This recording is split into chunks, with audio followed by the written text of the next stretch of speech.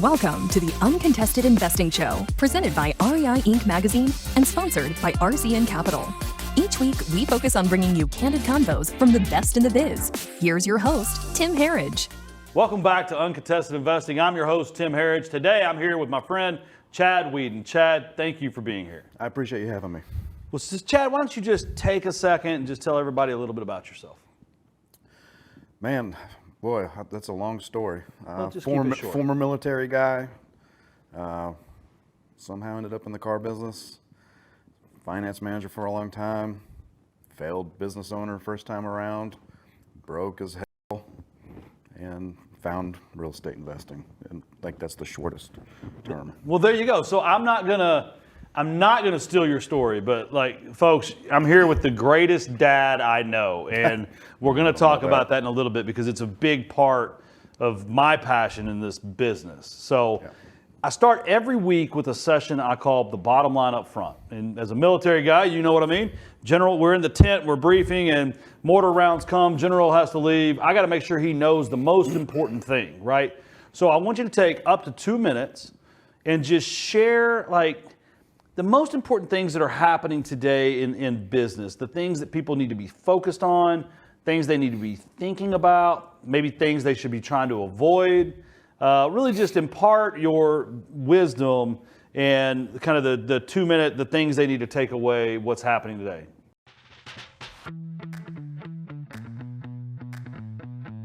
Boy, I'll tell you, I was in the car business when the crash happened this in '08.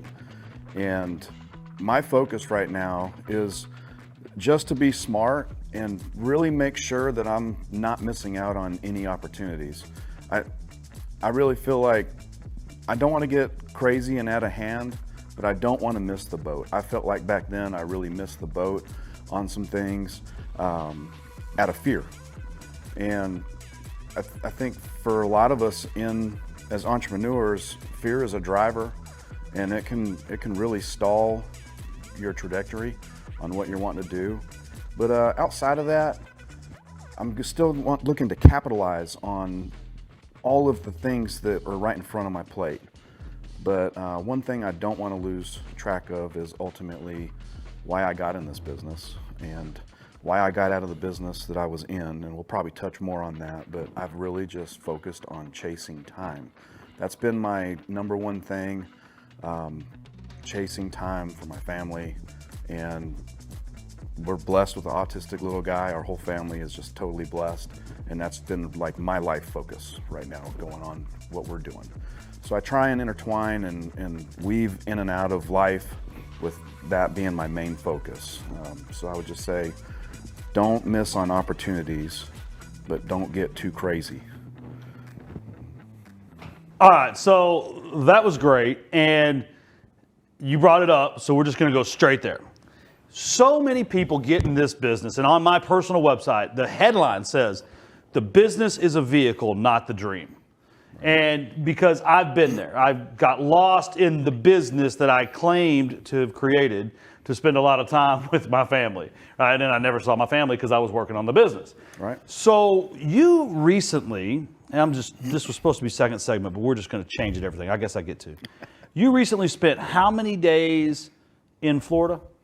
We spent 6 weeks, roughly, in Florida, a whole full month in Florida, in Key West. Key West. And just pretty much just hung out on our boat every day. The salt life, right? Yeah, salt life. It was incredible. You, your wife, your kids. Mm-hmm. But wait, so you shut your business down during that time? No, our business, my investment side of my business never skipped a beat. Did I get back home and am I behind on some stuff? Yeah, I'm behind on some stuff, but we still bought just as many houses as we were going to buy, regardless whether I was in the Keys or I was sitting in my office in the basement of the house. And your wife, Wendy's a realtor. Yeah, she's a broker, multi-state broker in Denver and in South Carolina. And we both have teams, and it's amazing. I think one thing we figured out, and I do this to my wife a lot, is, hey, drop of a hat, we're going to be gone for a week. We're just going to hit the road. We do like these road trips, and just, for example, I booked Airbnb for a month, and we're going to live somewhere for a month. And I always get this same response from her. What, can we just stay home? And I am just not a homebody, and I've really crafted my business to be able to live that way, because I think I've just sat in an office in a car business for so long, chained to a desk, that I just envied people that could just travel and just do what they wanted to do.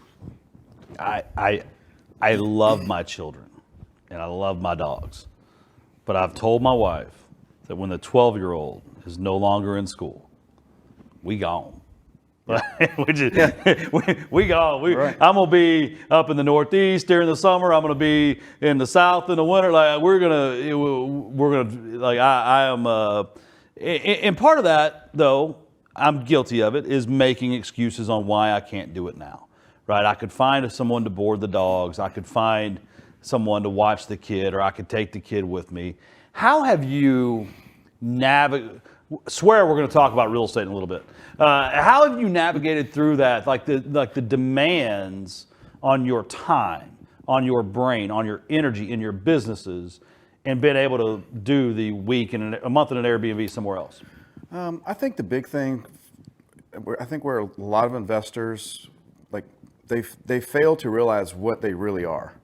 As investors, I buy houses, but we're just marketers.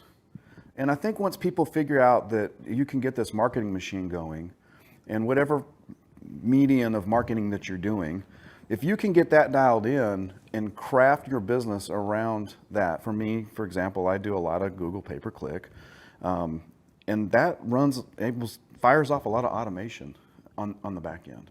So it didn't matter, even when I was a solopreneur, it didn't matter where I was. I mean, I could be sitting with Todd Swaggerty in San Diego, hanging out on his boat, working from my phone.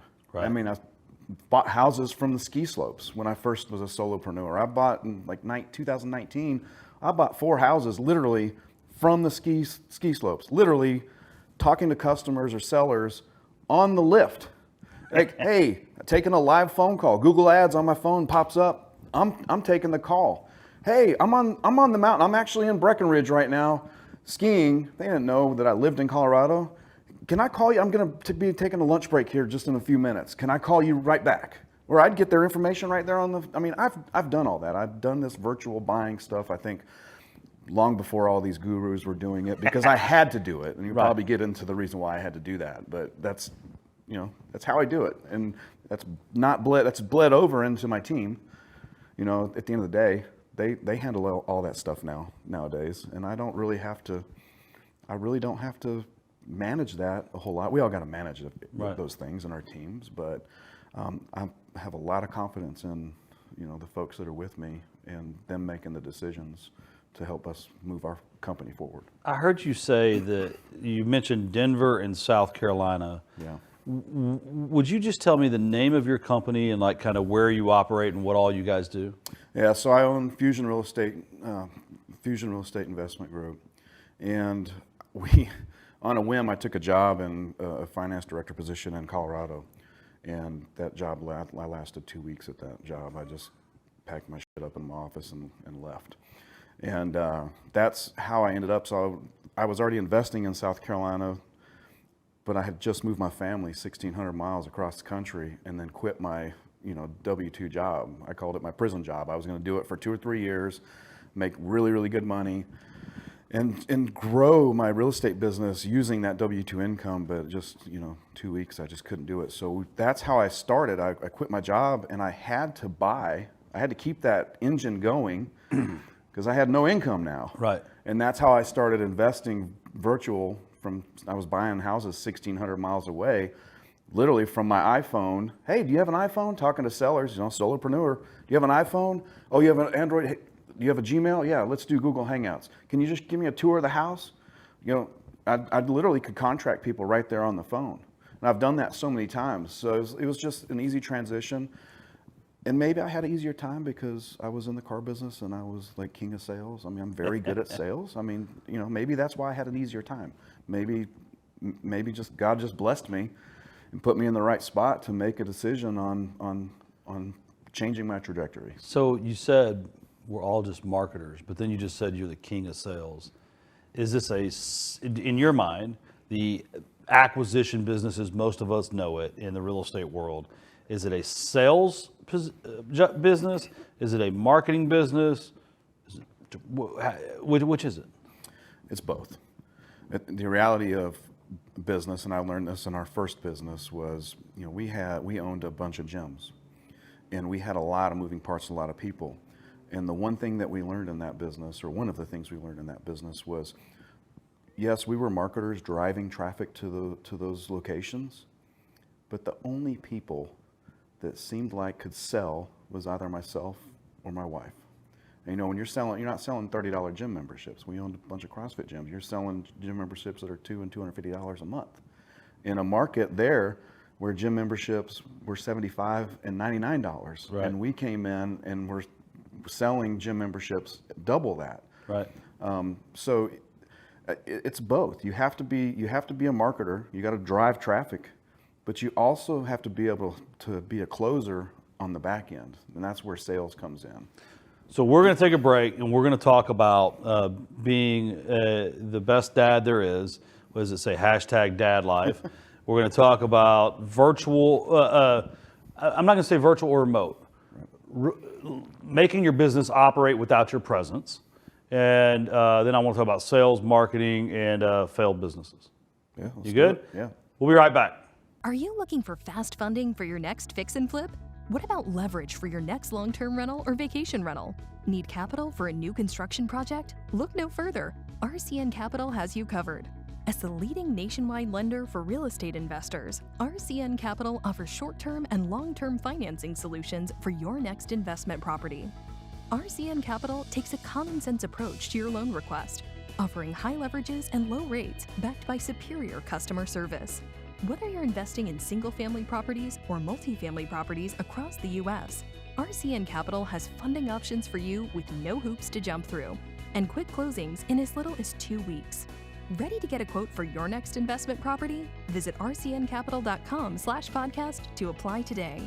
There is no fee to apply. Again, that's rcncapital.com/podcast to apply today. Welcome back to Uncontested Investing. I'm Tim Herriage. I'm here with my buddy Chad Weeden. Chad, I want to dive straight into the thing. I think I'd seen you at a couple of the masterminds and we hadn't really talked, but then I started following you on social media, on Facebook. And I started seeing all these posts about dad life and autism dad. And it just seemed like you were at a different sporting event every other day. And I was just like, this guy doesn't work. Why don't you just take a minute or two, kind of share your focus on your family and kind of where you've gotten Yeah. there. So let's just let's blow this myth out of the water that I don't work. I'm a very early riser. I do work. I love when I'm home because I'm usually up between 4 and 5 in the morning, and I'm in my office getting like busy work done a couple hours before the kids get up and you have your day starts. So I do get a lot of work done in those few hours, and I love that time of the day. But outside of that, I think the way I grew up, it was a treat to go to a Broncos game, and it wasn't my family taking me. It was like a friend's dad going. Right. I live 6 miles from downtown Denver. Our kids love to go. Those are things that my kids will never forget. I mean, my daughter's 12, Ava. She to this day still talks about going to an overtime Avalanche playoff game in like 2018 or 19. Right. But I guess it was 19. And I think that's what motivates me and drives me, because I just think about all the time, all the things I did as a kid with my dad and my parents. And I just was really focused on building a life of memories for my kids. And that's been my number one focus, actually. It's just, I'm with you, because I try to put, like last night, we were here at this conference and I'm all on my team the whole time we're here about how important it is to attend every single thing on the agenda every minute. Mm-hmm. And then I'm like, but my son has his first middle school football game tonight, so I will not be there, right? Right. To the RCN Capital CEO's credit, I mean, we were reviewing some of our conference schedules because business can get in the way of life. Oh, totally. And I was like, man, I wanted to go to the Bigger Pockets conference, but I can't. I mean, they got a Monday game that week, and I said, look, I have no problem hopping on the red eye and coming out there after the game, but I can't miss the game. He goes, oh, I don't want you to miss the game. Right, so I'm going somewhere with this. So I think alignment in business with priorities and the whole team from top to bottom being aligned on those priorities, I think it creates really successful, happy companies. Would you agree? I agree. My team, I always said, we can all live the life that we want to live. I mean, we're task-based. We have to get work done, and we have to do these things throughout the day. But to be honest, I don't care if you do it at 7 in the morning, or you do it at 4 in the afternoon, or you do it on the weekends. But number one, let's not miss deals, and let's make sure we're working every lead as hard as we can, and keep all those processes and all the things that we do on a daily basis, just keep that aligned. And if you want to, just like you said, if my assistant wants to go out of town for 3 days, it's no big deal. She still gets stuff done. Right. Unfortunately, we're in the business where, is vacation really vacation? I was in Key West for a month and we still did work, but we did it in the morning. Right. So we still get things done. I think that's where people they start chasing what I fell victim to before in prior business is I start chasing money.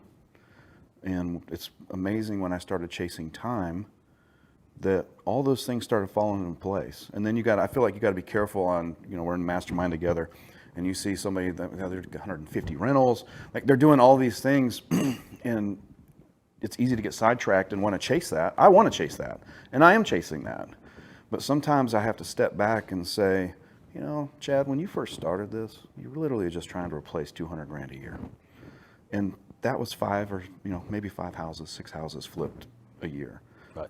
And I've tried to not lose focus of that. Should I be a lot further than where I am in my investing career? Absolutely. Am I competitive as hell? Oh God. But my wife's like, you're insane with your competitiveness. But from prior business failure, I think that needed to happen because it really helped me. It grounded me. The scars of, I won't say business failures, I'll say business experiences. Yeah, it's true. It's true.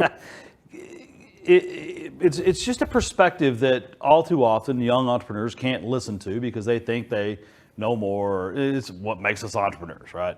And some of the best businesses I've started or ran were the ones that failed because, my wife will tell you, if you know what you don't want, then you know what you want, right? And I'm with you so much. Like, there's a lot of people out there that talk about they do 200 houses a year, but they operate on a $3,000 net margin, and that's only $600,000.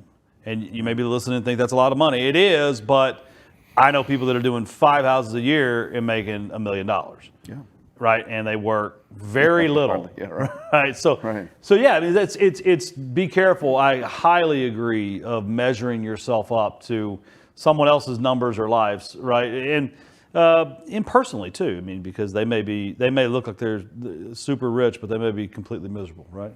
I mean, shit, I'm super broke because I travel all the time. So, I mean, but we love doing that. Right. And we're not broke, but that's like, could we have a lot more money in the bank? Yeah. But I love spending time and traveling with everybody. Well, yeah. And so on that note, what was it intentional, the way you set up your business where you could travel, or did it just kind of happen? No, it was, looking back on it, it was very intentional. It didn't feel like it at the time. And I think the analogy I can use is, and it's the day I quit my W-2 job, is I was driving up Highway 6 in Denver towards Lakewood, and you're driving towards the mountains, and it's August, and I'm sitting there thinking, I just moved back after being in the military, gone for 20 some years, and there's going to be snow on those mountains come November. And how am I going to feel driving towards those mountains every day to go to work, thinking I should be up there skiing? And that's really kind of how I started that. And from there, I think it became intentional at that point. intentional because our previous business, I realized that all I did was buy myself another dang job. You know, I was the owner, but man, we were working 12, 15-hour days. My day started at 4:30 in the morning. I didn't get home until 10 o'clock. Right. You know, it was worse than being in the car business. Right. You know, and so for me, it's been very, very, very intentional. And then throw in our little guy, Will, our little autistic guy, like, I just needed to be home. My wife spent so many years as a single mom. Yeah, you know, and Chad, I'm with you because we, as the men in the family, sometimes can take on the world and leave those others behind. And so I want to go ahead and we're going to go to break. When we come back, I want to talk about being an early riser. Yeah. I want to talk about your military impacts on your life. We're going to do the money minute, and then I'm going to do some rapid fire. You good? Yeah, let's do it. Stick around. We'll be right back. REI Inc. is a monthly business publication for real estate investors, covering all types of real estate investments and strategies. It is the most comprehensive real estate investment publication on the market. All of the articles are written by the top leaders in the industry, so investors are assured of always getting the best information possible. Each month, REI Inc. also profiles the top companies in the industry and provides insights and data into key regional markets. Along with their sister platforms, the REI Referral Network and Highest Invest, real estate investors have exclusive access to off-market investment opportunities and national acquisition and disposition initiatives. To learn more, visit www.rei-inc.com, where you can also access the REI Referral Network. Also, be sure and visit www.highest-and-vest.com to view the latest exclusive off-market assets with near immediate acceptance decisions and closing strategies. You can also email marketing@rei-referralnetwork.com to request more information.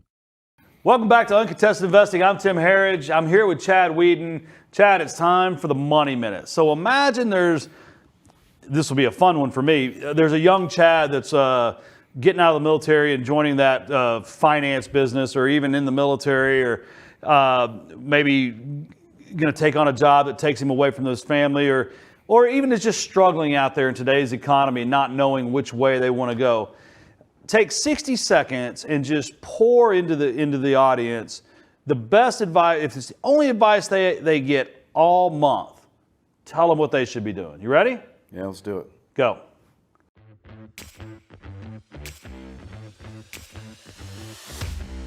I think what I would say is it goes back to the previous guest you had, and Kevin talked about passion.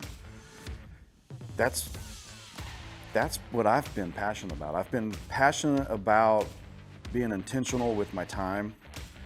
So the young Chad, I would say, when you were first working at the sheriff's office and you're working extra duty and you're sitting there driving around in this big neighborhood wondering what all these people did, these big houses, like, you should have chased that then.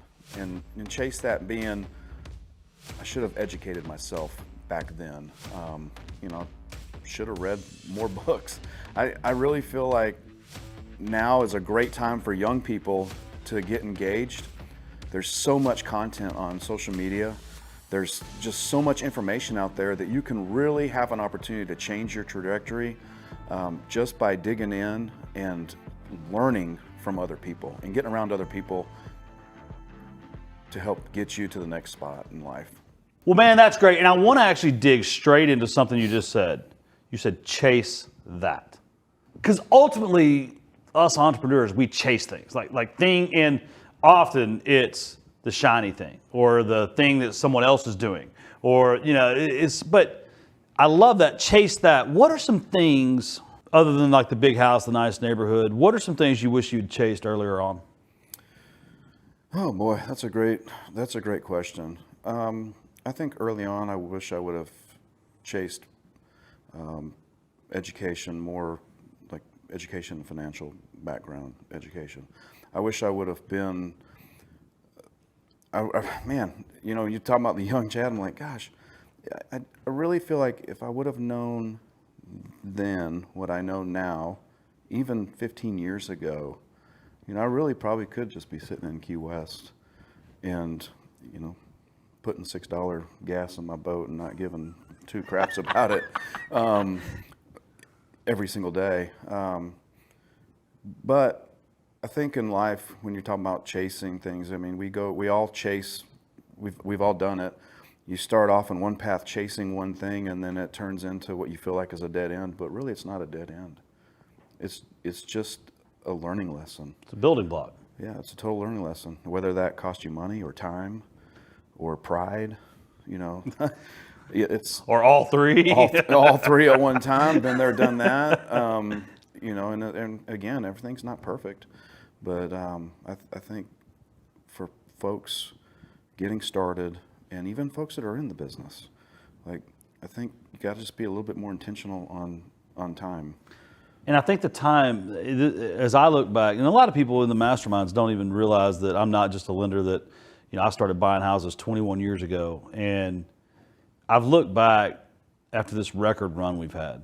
And if I had kept one more home per year. Oh God, yeah. I just talked about one home. About that, yeah. Like, in some years, we were wholesaling or flipping 200 houses.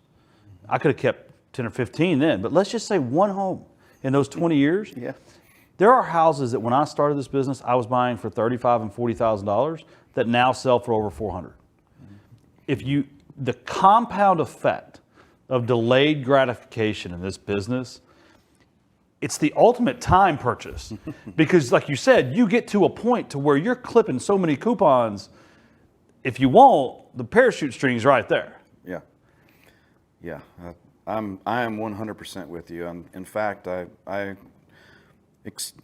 dug into that pain point and went through my deal logs for the past 4 years, 5 years, and I'm like, okay, if I would have just kept that one, 3 to 5 properties a year, and bird out of them, instead of just flipping and taking the cash on the front end. And obviously, I was trying to build my business and build my machine. Right. And that was my thought then. But boy, that's a painful, I just turned my computer off. I just wanted to go drink a beer. So this guy named Mike Hambright that talked about feeding the machine when he was our guest here. And so many of us get caught in the trap of feeding the machine. And sometimes these machines, and this is what I get from you, and I'm hearing it, and I'm almost repeating it so that I can remember it. Sometimes we end up creating things through a series of choices that we never wanted.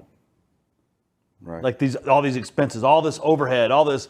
Well, we do this because that's what we do, and we do this because that's what we do, and we do this because that's what we do. And if you can pull yourself out of it and look at it, you're like, I don't want to do any of that. Yeah. And so in my presentation at these events now, I actually go through my 22-year entrepreneurial journey, and I point out how I quit at the first 5 or 6 things I did. I just quit because I don't know. It's so easy to get down a rabbit hole. It is. And you don't even realize what you're doing has nothing to do with what you wanted to do. Right. And I think it's important to recognize that in your growth, whether it's in your entrepreneurial growth or just growth as a person. And I look back at when I first started in the mastermind, we're in Investor Fuel. I look back where I was when I first started, and I was just, I don't want a team. I don't want this. And they're telling me, hey man, you're a lifestyle guy. You have to have an assistant. And I didn't listen to these people for 2 years, and finally I hired an assistant, or actually longer than 2 years. And finally I hired an assistant, and it's like, well, that was dumb. Why did I wait so long wait so long to do that? And it was just offloading things off of my plate. So I think it's super important that when you get to that rabbit hole, that you kind of step back and you recognize the changes that need to be made in what you're doing. That's right. So we're going to get into rapid fire. Do me a favor, keep your answers brief. Early riser. Is that a military thing or is that a lifestyle thing?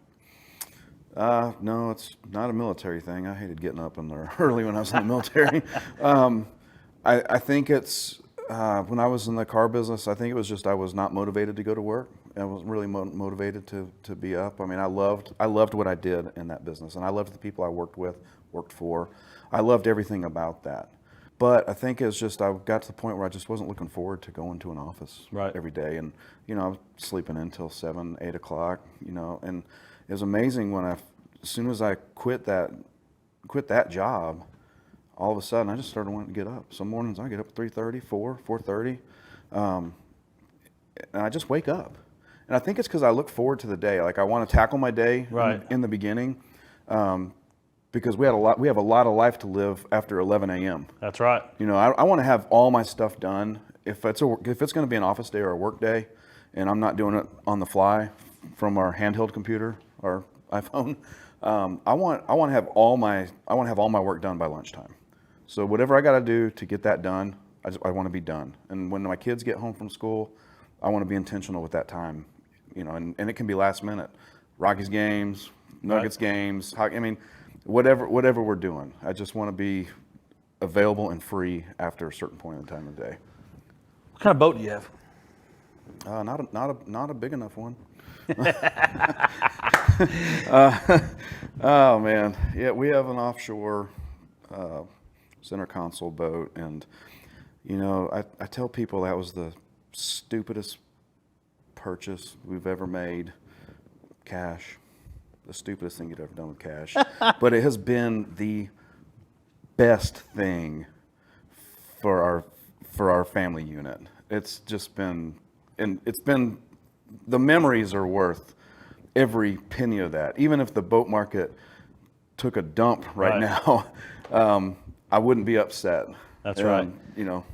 It's just sitting in the masterminds with you. I noticed you're a big giver, and it's kind of funny. You'll stay in the back of the room. You won't say much, but boy, when Chad speaks, everyone is quiet and looks, and you seem to really care about it. Can you tell me why? I do. I think. I don't know why everybody listens to me because I'm really not that smart. I'm just a knuckle dragger. But I think that when I do want to finally pipe up, it's just out of wanting folks to be intentional. And I love it when folks do that to me too, because I was prior military. So if I'm not doing something, or I need to be doing something, I love when my buddies, and that's where I love our mastermind is they get in your butt too. Right. And I love that. I think people just listen to me because they see all the time that I've been intentional about living, I guess. And it was so weird. When I first started at Fuel, I'm in the platinum group, and I'm like, man, I don't know that I should be in this group. And in my first meeting, I get this Go-Giver award. And I'm like, there's people in here doing 200, 300 deals a year. I'm like, I'm just like an average Joe, man. And I'm getting the Go-Givers. And then a couple meetings after that, it's like, oh man, I love what you're doing, and I want to be like you. And I'm like, yeah, but you have 150 rentals. I don't have that many rentals. What makes you want to be like me? Right. And what makes me want to be like you? Right. But it was also an eye-opener too, because I think when you talk about being intentional, when I got into that group, awesome people. There was a lot of people in there that are just so enthralled in their business that they're watching life pass them by. And I think that's probably why I get passionate about it, because I was that guy in my first business. Right. And I swore I would never, and I mean, there was a lot of pain points there in that first business, having to shut down our business, having to go back to a business I said I would never go back to. Like, you never say never. Yeah. So I'm not going to say I'm never, ever going to go back into the car business. But I can tell you right now that if we were at the point we're in 2015, I know that I can go and bootstrap in the real estate game and never have to go back to that game. That's right. And I didn't know that back in 2015. So that's probably why I'm so passionate about it. Well, it's growth, it's the building blocks, and I just love the way you say chasing time. But speaking of time, we're out of it. Yep. So do you have any parting thoughts or parting shots? Parting thoughts, parting shots. We just keep talking about it, but just like previous guest said, Kevin, be passionate. Be passionate about what you want to do and the direction that you want to go, and chase the hell out of it. You never know where you're going to end up. Chasing time and chasing passion. Well, man, I appreciate you being here. It means a lot to me when people like you will take the time to help me pour into the audience. So I'd appreciate it. Thank you again for coming by. Thank you for listening. Thank you for showing up every week. I'm Tim Herriage. Remember, your network is your net worth, and today you've been growing both. We'll see you next week.